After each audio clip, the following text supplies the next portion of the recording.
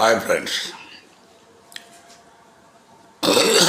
నిన్న వైజాగ్లో ఈ ఆంధ్రప్రదేశ్ ప్రభుత్వం ప్రధానమంత్రి మోడీ గారిని ఇన్వైట్ చేసి యోగా దినోత్సవం సందర్భంగా మనకు పెద్ద ఎత్తున నిధులు ఖర్చు చేసినట్టుగా మీడియాలో మన వార్తలు వస్తున్నాయి. కొందరు 300 కోట్ల రూపాయలు వరకు నిన్న ఒక రోజుకు దానికి సంబంధించిన అరేంజ్మెంట్స్కు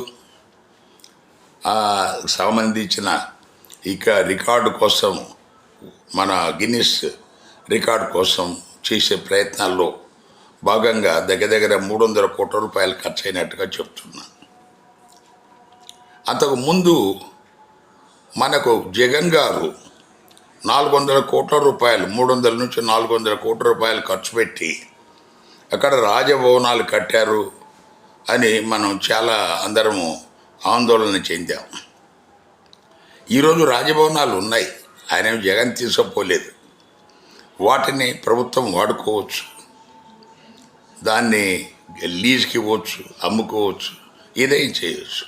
కానీ నిన్న ఖర్చు పెట్టిన 300 కోట్ల రూపాయలు అది నిజమైతే దానివల్ల ఏంటి మనం సాధించాము, ఎవరి మెప్పు కోసము పేద ప్రజలు మనకు 75% ఉన్న ఈ రాష్ట్రాల్లో ఇలాంటి హంగామా అవసరమా అనేది ఒకసారి